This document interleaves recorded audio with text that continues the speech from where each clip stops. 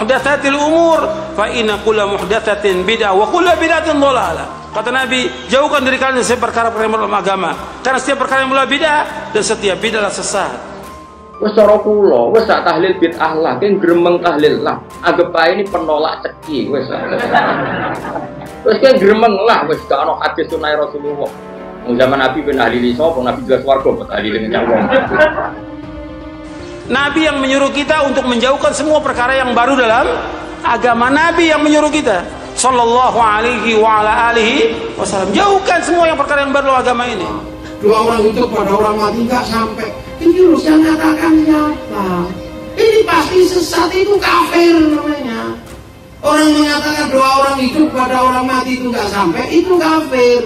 Karena Nabi mengatakan setiap yang baru dalam agama adalah beda. Setiap beda adalah sesat. Nah, sekarang mulai orang mengatakan nggak semua beda sesat, ada beda hasanah.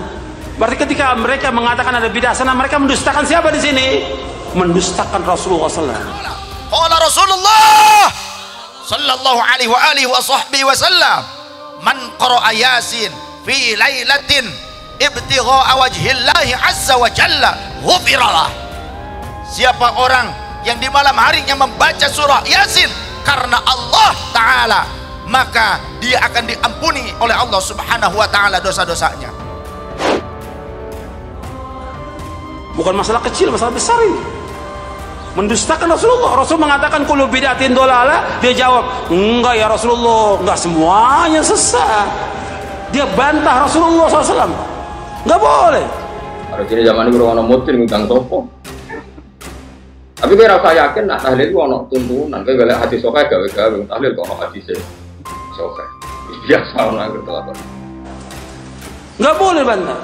Kalau ada ijtihad ulama ijtihad, tapi Nabi hatta 1000 ulama nggak bisa membantah sabda Nabi SAW. Nabi mengatakan kullu bid'atin dhalalah wa kullu dhalalatin finnar. Yang dulu beda ya tetap beda sekarang, nggak bisa jadi hasanah. Tapi kalau sampai nggak suka tahlilan, tahlil itu cara mendoakan. Nggak apa-apa kalau sampai nggak suka tahlil, tapi jangan terus kemudian tidak mendoa.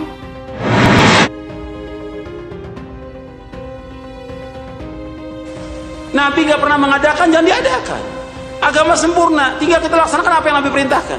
Yang diperintahkan belum bisa dilaksanakan oleh mereka. Mereka melakukan perbuatan yang bid'ah. Yang bid'ah ini akan membawa kepada apa? Kepada neraka.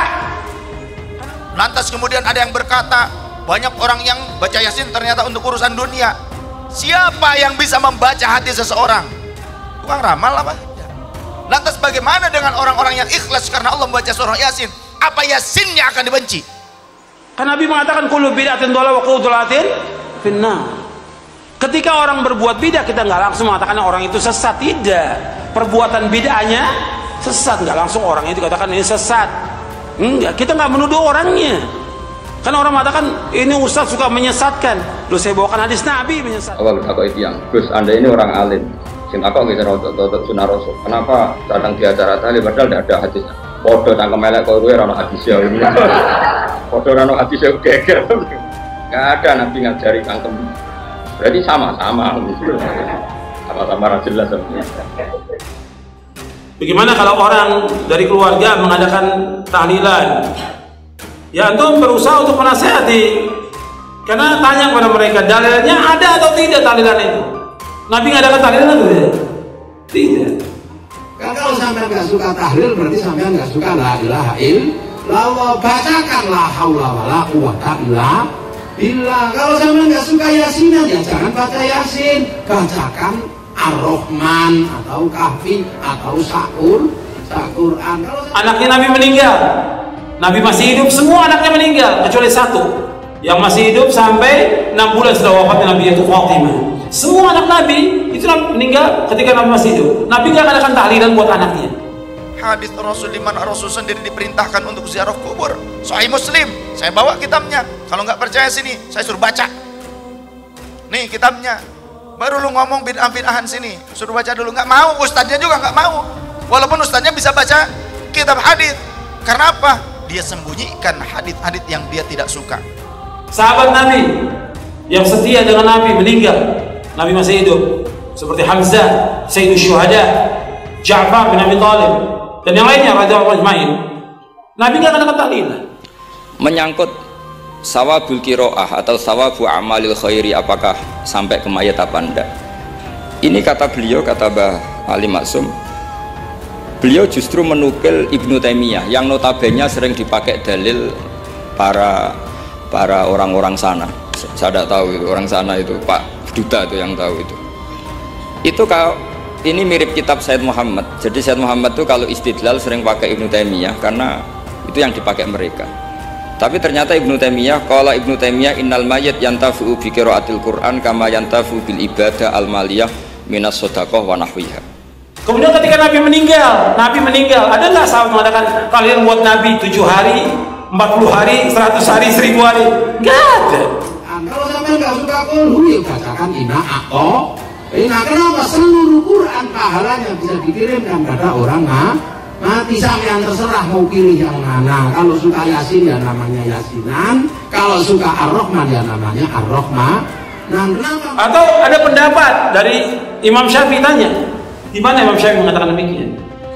Jadi ini perbuatan yang dia ada-adakan, nggak ada dalilnya, nggak ada hujahnya, tapi ada demikian. Orang mengadakan tahlilan niatnya apa? Ibadah, mendapatkan pahala, dapat ganjaran supaya dapat menghapuskan dosa orang yang mati. Nggak bisa dengan cara demikian. Nggak ada contoh. Walaupun lulusan Timur Tengah, LC kok guru saya, LC ini LC lucu dan culun, MA kok maling agama. Bahkan sahabat sepakat berkumpulnya orang di tempat kematian dan makan-makan di tempat kematian termasuk apa? Meratap hukumnya apa? Haram. Terus waqala Ibnu Qayyim fi Kitabir Ruh afdalu ma yuhda ilal mayyit as-shadaqah wal istighfar wa du'a lahu wal hajjuan. Artinya gini, kita sekarang ini tidak pernah kayak Bali Maksum pakai dalil jawazu ihda lil mayyit itu berdasar Ibnu Taimiyah dan Ibnu Qayyim. Kita seakan-akan Ibnu Taimiyah itu orang yang pasti melarang itu. Kata para sahabat, kunna na'uddul ijtima'a ila ahlil mayyiti wa san'ata ta'ami ba'da dafnihi minan niyaha. Kami para sahabat ijma'. Nah, kenapa namanya Yasinan? Karena kita orang Indonesia kalau pakai apa-apa pasti akhirannya sarung kalau belum dipakai, kalau dipakai sarung.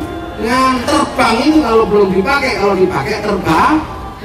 Makan kalau belum dijalankan, kalau dijalankan namanya mangan. Ijma para sahabat, ijmanya sahabat masuk atau tidak? Masuk. Kami ijma para sahabat berkumpul-kumpul di tempat kematian dan makan-makan termasuk meratap. Meratap hukumnya haram. Meratap termasuk perbuatan apa? Jahiliyah. Perbuatan jahiliyah. Antum dengar nih penjelasan Imam Ahmad bin Hanbal di dalam tafsir Imam Ibnu Katsir juz ketiga.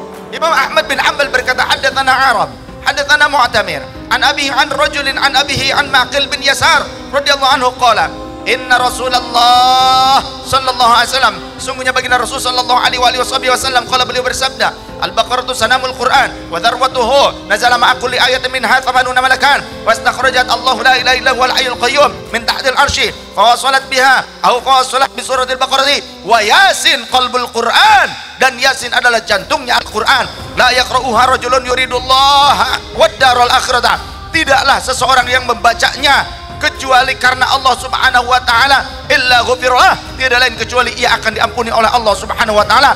Waqra'uha ala mautakum, dan bacalah oleh kalian Yasin untuk orang-orang yang telah mati di antara kalian. Kalau ada orang yang berkata ini haditsnya dhaif, menurut ulama ahli hadits masih tetap sunnah diamalkan. Duduk dengan ahlul bid'ah, maksudnya kita nggak bergaul, menjadikan dia sebagai teman dekat nggak boleh. Menjadikan ahlul bid'ah sebagai teman dekat kita nggak boleh. Tahlil kalau belum dipakai, kalau dipakai namanya tahlil. Nah, siapa yang punya tahlil kalau nggak mau tahlilan, kalau punya katok, belum katokan. Kenapa akan berpengaruh? Sebab almar'u ala dini khalili, kata Nabi. Seorang itu tergantung dari apa? Agama temannya. Sehingga kita itu terus mengatakan sing nyunatno tahlilan ku sapa? Mbah Hasyim atau Mbah Fakih atau siapalah. Meskipun riwayat ini mukhtalifah dari Mbah Hasyim. Pertanyaannya adalah terus kesannya yang membolehkan itu hanya kiai lokal itu, kiai nasional itu. Padahal zaman Bali sudah mengajarkan kita yang membolehkan ihda'u a'malil khairi ilal mayyit, yang membolehkan hadiah Yasin, Fatihah, tahlil ke mayit itu adalah orang sekaliber Ibnu Taimiyah dan Ibnul Qayyim. Dan kita jangan merasa, oh saya sih kuat, saya kan udah ngaji. Jangan sok, ini muridnya Ibnu Abbas, bisa jadi apa? Khawarij. Imam An-Nawawi di dalam kitab Al-Azkar beliau menyatakan, qad ittafaqa al-ulama, sungguh telah sepakat para ulama minal muhadditsin dari kalangan ahli hadis wal mufassirin dan juga ahli tafsir wal fuqaha dan ahli fikih wa ghairuhum dan yang lainnya atas apa? Disunnahkannya menggunakan hadis dhaif untuk fadhailul a'mal, untuk targhib, motivasi wa tarhib, dan juga untuk ancaman. Tetap sunnah, boleh. Pergi kamu, saya yang pergi atau kamu yang pergi? Tegas. Kalau sekarang ini nggak punya sikap Ahlussunnah kepada ahlul bidah, nggak punya sikap. Nah ada yang protes, itu gimana KTK satu kok didom orang sedunia? Nggak bisa. KTK kok nggak bisa? Jangankan KTK, wong tinju aja bisa. Harus punya sikap kepada ahlul bidah. Sebagaimana mereka juga punya sikap. Mereka nggak senang dengan pengajian kita, nggak senang dengan dakwah kita. Tapi kita disuruh untuk membenarkan perbuatan mereka, nggak bisa. Yang batil tetap batil selamanya batil. Yang bid'ah tetap bid'ah selamanya, nggak ada bid'ah hasan dalam Islam. Tapi karena kita tidak baca, seakan-akan tahlilan itu hanya tradisi lokal yang tidak di ACC, tidak disetujui ulama kelas internasional. Padahal di sini jelas diceritakan Ibnu Taimiyah berpendapat qiraatul Quran yang dihadiahkan ke mayit atau tahlil itu boleh. Jadi ini sangat penting supaya orang itu pakai tradisi ilmu. Beduk itu bukan dari Islam. Ingat tuh, beduk bukan dari Islam dan bukan syiar agama Islam. Beduk bukan dari Islam dan beduk bukan syiar agama Islam. Dan beduk ini sangat mengganggu. Ini Imam An-Nawawi, termasuk Imam Ahmad bin Ambal, sama sepakat. Tapi sekarang ada orang yang sok-sokan ngaku jadi ahli hadis, menyatakan hadis dhaif itu tidak ada ruang di dalam Islam, jangan dipakai. Hei, dhaif itu apa? Dhaif itu lemah. Karena apa? Contoh, ada 6 perawi, ada 6 generasi perawi, dari mulai para sahabat sampai generasi kelima itu perawinya thiqah. Tapi generasi ke-6 ini pelupa pada saat sudah tuanya hadis ini jadi dhaif. Cuma karena itu. Ramadan sama Idul Fitri ini mulai orang beduk. Tinjunya Mason itu cuma satu tempat di Las Vegas, disyuting sama satu orang, pancarkan ke satelit bagi orang seluruh dunia, namanya siaran langsung. Pukul beduk setiap hari. Ini mengganggu kaum muslimin. Ini di buku Hukum Lagu, Musik dan Nasyid. Saya jelaskan di sini tentang beduk. Saya pernah ngaji sama Mbak Mun, diberitahu kalaupun Rasulullah pernah kunut sekali, biasanya perdebatan kan, oke, Rasulullah pernah kunut tapi ahyanan. Pertanyaannya adalah, setiap Nabi pernah melakukan sesuatu itu akan menjadi sunnatan mutaba'ah apa enggak? Tentu jawabannya iya. Nabi meskipun melakukan kunut andekan hanya sekali, tapi karena pernah dilakukan Nabi, maka kebaikan ini akan menjadi sunnatan mutaba'ah, sunnat yang harus kita ikuti terus atau boleh kita ikuti terus. Supaya antum juga tahu, karena ini mengganggu benar ini. Karena ini alat, bagian daripada alat musik ini. Beduk dalam syariat Islam, beduk adalah alat musik yang dianggap sebagai syiar Islam. Padahal alat ini sama dengan alat musik yang lain, hukumnya haram. Dengan riwayat-riwayat tersebut, sebagian ulama berkata bahwasannya man min khosa'isi hadis surati, di antara khasiatnya surah Yasin adalah annaha la taqra'u 'inda amrin asirin illa yasrahu Allah taala. Tidaklah surah Yasin dibaca pada saat terjadinya kesulitan, mendapatkan kesulitan, kecuali Allah Subhanahu wa taala akan mempermudahnya. Beduk digunakan untuk memanggil orang sholat 5 waktu di sebagian masjid Indonesia dan tempat lainnya. Beduk ini dipakai pada hari raya Idul Fitri, Idul Adha, di bulan Ramadan untuk meramaikan takbiran dan yang lainnya. Dan dianggap sebagai syiar untuk membangunkan orang-orang sahur. Selagi orang itu punya TV dan channelnya sama, pasti kebagi. Tapi kalau memang nggak punya TV dan nggak punya channel, ya nggak kebagi. Kebagian memang Fatihah aja apa, tinju aja sampai, masa Fatihah secara langsung nggak bisa. Nah, makanya orang kalau nggak percaya Fatihah bisa dipakai, dibagi, itu orang itu pasti nggak punya TV. Disebutkan bahwa menabuh beduk ini tidak memiliki hubungan apapun dengan ajaran Islam. Karena beberapa alasan berikut ini. Beduk bukan dari agama Islam. Yang kedua, menabuh beduk adalah kebiasaan orang-orang kafir, ahlul kitab, dan ada dalam keyakinan animisme dan dinamisme yang digunakan untuk memanggil roh-roh nenek moyang mereka. Lalu terakhir pilihan-pilihan terus kemudian tetap memancing polemik. Saya mau cerita lucu di Ihya yang katanya kitab sakral itu ya punya sisi lucu, sisi unik. Nabi Musa sebagai Nabi Bani Israel itu sering digugat karena orang Israel itu tukang debat. Nabi Musa minta ijazah, ya Allah saya kasih ijazah seperti tadi beliau minta ijazah Mbah Mun tadi, minta ijazah yang supaya orang itu tidak bisa berkata buruk sama saya, semuanya muji saya. Beduk tidak termasuk dalam syiar agama Islam, dan beduk tidak ada hubungannya dengan ibadah dalam Islam, sama sekali nggak pernah ada. Menabuh beduk adalah perbuatan bid'ah dalam agama Islam. Menabuh beduk termasuk tasyabbuh dengan orang-orang kafir, sedangkan menyerupai orang kafir tidak boleh. Bahkan Rasul sallallahu alaihi wasallam, kemudian kata ulama tersebut pun, wa ka'anna qira'ataha 'indal mayyiti la tanzilur rahmat wal barakah, dan pembacaannya di samping mayit ini dimungkinkan akan mempermudah turunnya rahmat dan keberkahan Allah taala, wa liyashula alaihi khurujur ruh, dan akan memudahkan keluarnya ruh. Kemudian beduk disukai oleh iblis dan syaitan. Beduk tidak disukai oleh Rasulullah SAW dan para malaikat dan para sahabat. Menabuh beduk mengganggu kaum muslimin. Menabuh beduk mengganggu tetangga, orang yang sedang tidur atau orang sakit. Menabuh beduk termasuk membuang-buang waktu. Menabuh beduk perbuatan yang sia-sia dan tidak ada manfaatnya. Jawabannya Allah itu unik. Ya Musa, hadza syai'un lam asna'hu li nafsi, fa kaifa asna'uhu bika. Aku pangerannya sering disalahpahami, pemenang kue katanya. Jadi makanya kalau ada orang bully beda paham itu biasa. Kata Allah, hadza syai'un lam asna'hu li nafsi, itu sesuatu yang saya tidak melakukan untuk diri saya sendiri. Kata Allah, saya ini Tuhan, yang mengatakan saya punya anak ya banyak, yang anggap saya bakhil ya banyak, yang salah paham dengan saya banyak, padahal saya ini Tuhan. Kalau saya mau tak bungkam semua itu saja tidak saya lakukan. Apa mereka terima Nabi? Tapi orang bergantian mukul beduk, dan untuk memanggil sholat yang ada apa? Adzan. Dan adzan itu hanya ada untuk sholat yang 5 waktu aja. Kemudian Imam Ahmad rahimahullah berkata, hadatsana Abul Mughirah, hadatsana Safwan, qala kanal masyayikh yaquluna, para masyayikh kami mereka berkata, idza qara'ta ya'ni Yasin 'indal maiti khaffafa Allahu anhu biha. Ketika kalian membacakan surah Yasin di samping mayit, maka Allah akan meringankan keadaan si mayit tersebut. Jadi adzan itu hanya sholat yang 5 waktu adzan, bukan beduk. Beduk bukan dari Islam.